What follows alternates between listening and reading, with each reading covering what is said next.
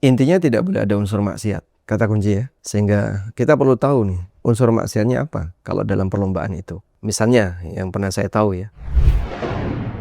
Open Mic ANB. Ustadz, ini mumpung di bulan Agustus, jadi biasanya ketika 17-an itu masyarakat ramai mengadakan event ataupun perlombaan ya dalam rangka untuk memeriahkan Hari Kemerdekaan Republik Indonesia.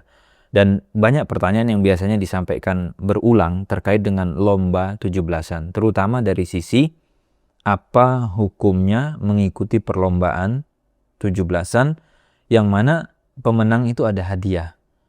Jadi mereka ragu, boleh nggak anak-anaknya atau bahkan mungkin bapak-bapaknya atau bahkan ibu-ibunya ikut dan nanti dapat hadiah. Itu dianggap judi atau tidak. Karena memang sumber dari hadiah itu umumnya itu diambil dari urunan. Jadi nanti ada panitia keliling atau mungkin diumumkan di grup RT, di grup RW, lalu bilang, Bapak Ibu, kita ada sumbangan mungkin 100.000 per rumah atau 50.000, nanti akan kita pakai untuk operasional dan juga hadiah lomba.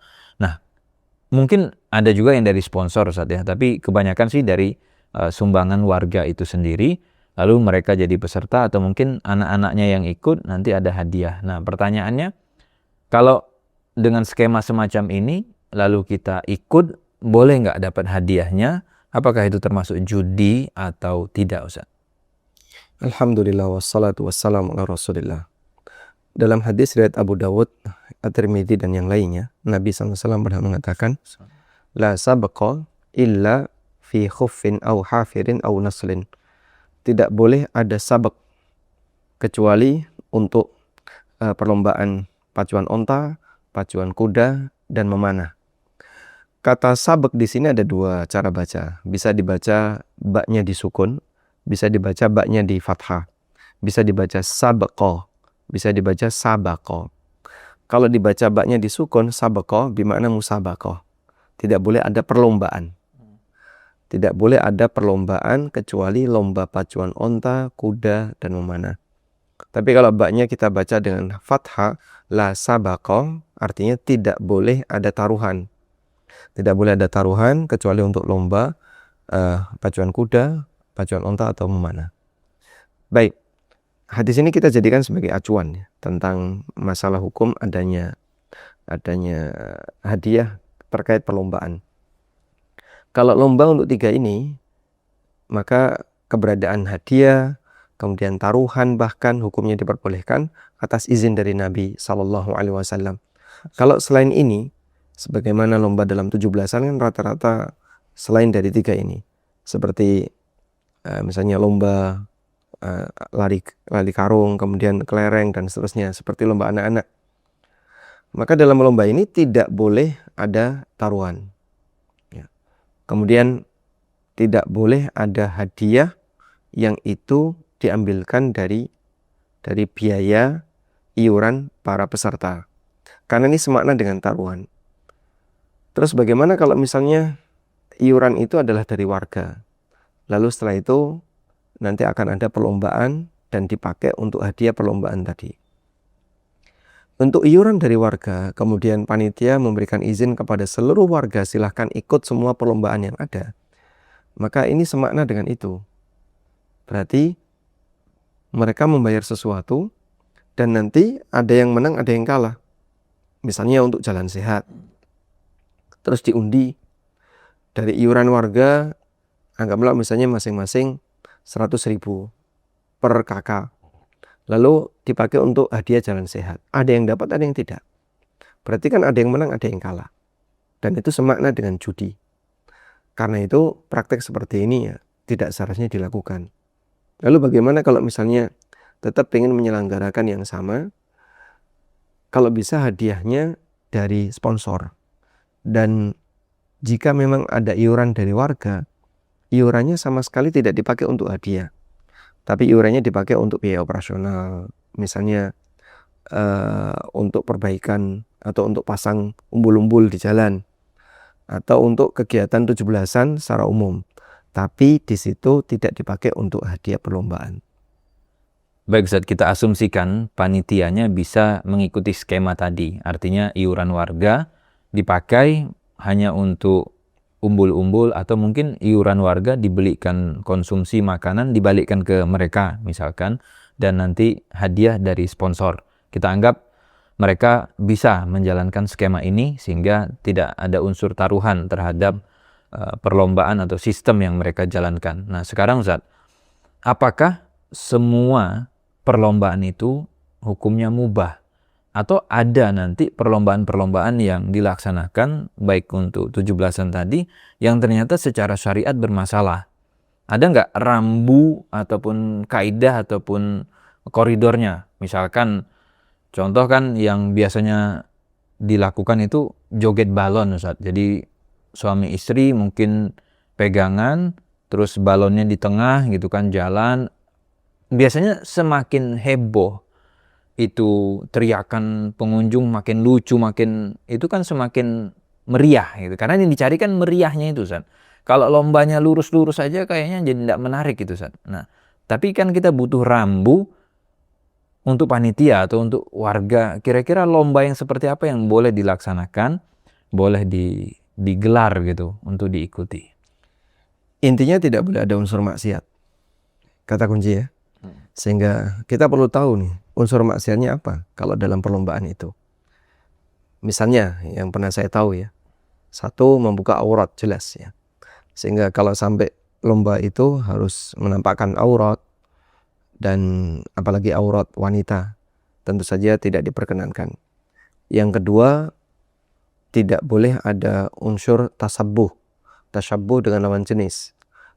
Lelaki niru wanita atau wanita niru laki-laki. Contohnya yang cukup sering kan lelaki lomba tapi menggunakan daster wanita. Misalnya bal-balan ya, sepak bola untuk laki-laki tapi mereka pakai daster perempuan. Nah, ini pakaian yang tidak boleh digunakan oleh lelaki karena model pakaian seperti ini adalah ciri khas wanita. Dan Nabi SAW melaknat Rasulullah SAW al-mutasyabbihina bin nisa'i minar rijal. Para lelaki yang meniru-niru wanita, baik dari sisi pakaian maupun gaya maupun yang lain. Kemudian yang ketiga, tidak diperkenankan lomba ini mengandung unsur ekspos hal yang mempermalukan. Jadi misalnya joget-joget suami istri di depan umum, dan ya tidak selayaknya itu dilakukan karena ini akan menampakkan lekuk badan dan seterusnya. Lalu di antara yang juga tidak boleh adalah lomba memukul wajah. Karena Nabi SAW mengatakan wala tadribil wajha, tidak boleh kamu memukul wajah. Misalnya lomba apa nih? Menampar ya. Sehingga orang bertarung untuk saling menampar. Siapa yang nanti dia tidak jatuh pada saat ditampar, maka dia menang. Nah, model perlombaan seperti ini dalam syariat kita dilarang. Kalau memang nggak boleh pukul wajah, Ustaz, bagaimana dengan lomba yang biasanya pukul guling atau pukul bantal? Itu apa yang mau dipukul, Ustaz? Karena kata Ustaz tadi kan nggak boleh lomba pukul wajah. Tapi ini termasuk lomba yang biasanya rame atau sering dilaksanakan. Mereka di atas kali, di atas sungai gitu kan, atau kadang di atas lumpur, itu pegang bantal atau pegang guling dan saling pukul. Kalau nggak wajah yang dipukul apa? Misalnya, ya mungkin badan bisa gitu kan, tapi seringkali itu pasti kena wajah, kenanya kepala gitu. Terus yang kedua, yang juga umum misalkan lomba panjat pinang gitu, Ustaz. Itu kan memang tidak ada wajah, tapi dipijak-pijak kawannya, Ustaz, biar sampai ke atas. Itu gimana? Ya, kalau tidak boleh mukul wajah, ya berarti mukul selain wajah. Badan kan bisa ya. Terus gimana kalau beresiko kena wajah? Ya mungkin wajahnya bisa diamankan pakai helm atau apa. Kalau sekiranya itu beresiko kena wajah. Intinya kesengajaan untuk mukul wajah. Lomba sengaja mukul wajah. Seperti tinju itu kan sengaja mukul wajah ya. Atau nyerang wajah. Ya, ini tidak boleh. Tapi kalau tidak sengaja kena wajah beda lagi. Nah, seperti lomba pukul pakai guling ya, itu arahnya kan ke badan. Ya mungkin terkadang kena wajah, tapi arahnya badan. Dan wallahu alam yang saya tahu kalau tidak sampai buka-bukaan aurat ya insya Allah tidak masalah selama tidak terlalu berbahaya. Kalau berbahaya misalnya ketika jatuh ini cukup beresiko karena terlalu tinggi misalnya, airnya kurang dalam, lumpurnya juga kurang empuk, sehingga kalau jatuh itu bisa beresiko, ya sebaiknya jangan dilakukan. Nah, ukuran resiko ini dikembalikan kepada bagaimana perhitungan masyarakat dalam melihat itu. Panjat pinang saya kira juga sama. Itu kan kerjasama bagaimana mereka bisa membersihkan ya, yang oli atau gajih yang menutupi pinang tadi. Nah, saat mereka bekerja sama seperti itu, lalu nanti bisa dapat hadiah yang dipasang di atas, kemudian sampai harus naik di pundak-pundak temennya. Ya selama ini, satu tidak saling buka aurat, yang kedua tidak membahayakan, sebab mereka kan tidak sedang berkelahi, tapi mereka sedang bekerja sama. Semoga tidak masalah. Cuman lagi-lagi pertimbangkan sisi resiko.